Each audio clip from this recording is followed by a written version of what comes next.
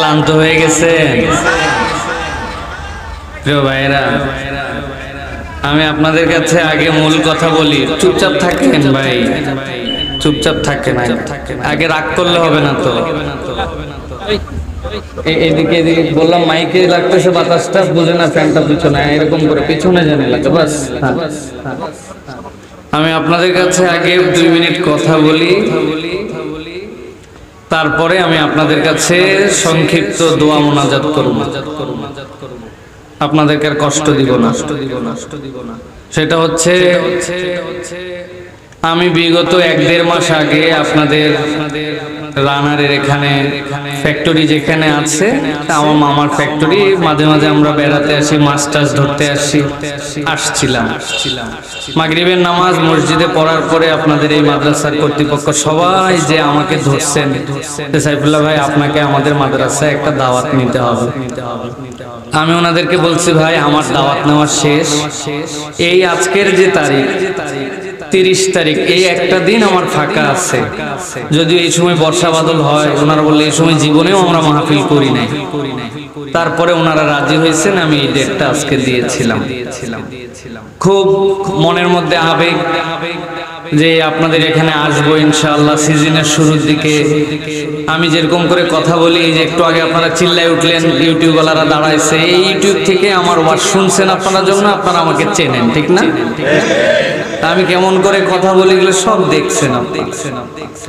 আল্লাহর ইচ্ছা গত শনিবারে হঠাৎ করে জ্বর গায়ের মধ্যে, ডাক্তারের কাছে গেছি, একটু আমার বাচ্চা অসুস্থ, বলার উদ্দেশ্য হচ্ছে ডাক্তার বললো যে আপনি ডেঙ্গুটা টেস্ট করেন। আমি বললাম ডেঙ্গুটা টেস্ট করায় আমার টাকাটা নষ্ট করেন না, আমার বাসায় আমি 2 বছর মশারি টানাই না, আমার কোনো ডেঙ্গু হওয়ার সুযোগ নেই। ডাক্তার সাহেব বলতেছে যে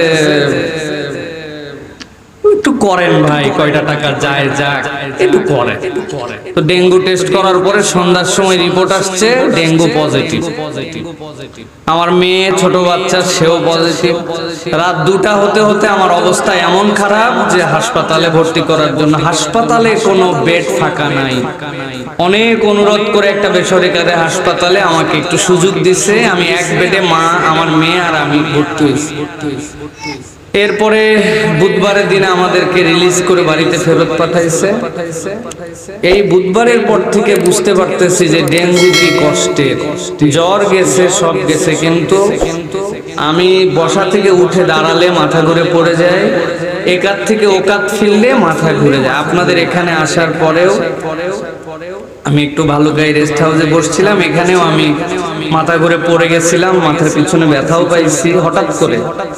আসলে এত কথা বলার উদ্দেশ্য, আমি আমার জীবনে ব্যক্তিগত রোগ বালাইয়ের কথা এভাবে বলি নাই। বলার উদ্দেশ্য, আজকে আপনাদের এখানে আমি ওয়াজ করার মতো আমার শারীরিক কোনো অবস্থা নাই, কিন্তু এই যে একটা প্রাতিষ্ঠানিক পরিচয়, আমার পরিচয় মিলে এতগুলা মানুষ আয়োজন করছে, আমি যদি এখানে না আসি, এমপি সাহেবরা কথা বলে চলে গেলেন, আপনারা নিশ্চয় মনে করবেন কোনো কারণে বক্তা আসেনি, টাকা পয়সা নিয়ে হয়তো ঝামেলা হয়েছে, ঠিক মতো দাওয়াত দেয় নাই, ভুয়া দাওয়াত দিছে, অনেক কথা কর্তৃপক্ষের হয়। আল্লাহর কসম করে বলছি, আমি কেবলমাত্র এই কর্তৃপক্ষ এবং আমাদের কিছু রিলেটিভ আছেন এখানে যারা আমাকে দাওয়াত দিয়েছিলেন, তাদের ইজ্জত রাখার জন্য আসছে। আমার ডাক্তার থেকে শুরু করে যারাই শুনছেন তারা বলছে আপনি নিজের জীবনটা শেষ করে দেওয়ার জন্য যাচ্ছেন, আপনার যাওয়া ঠিক হচ্ছে।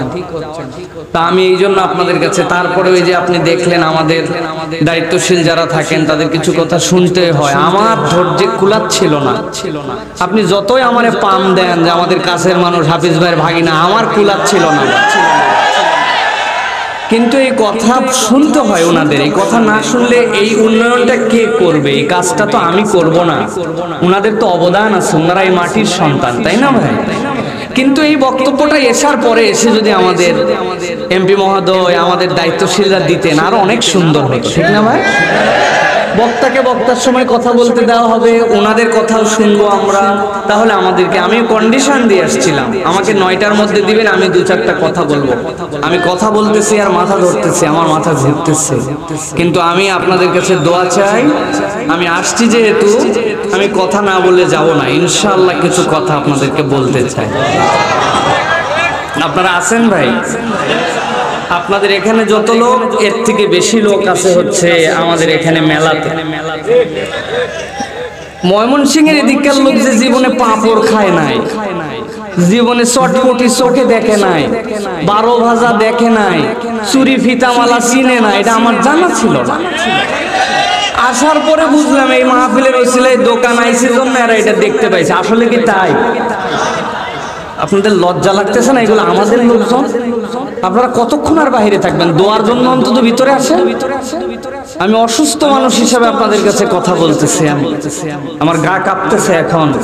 তারপরেও আমি আপনাদের কাছে সিরাতের মাসে নির্ধারিত একটা টপিক চিন্তা করছি, অল্প একটু হলেও কথা বলবো। আল্লাহ যদি আমাকে তৌফিক দান করেন, আপনাদের সকলের মুখ দিয়ে একটু আমিন শুনতে চাই।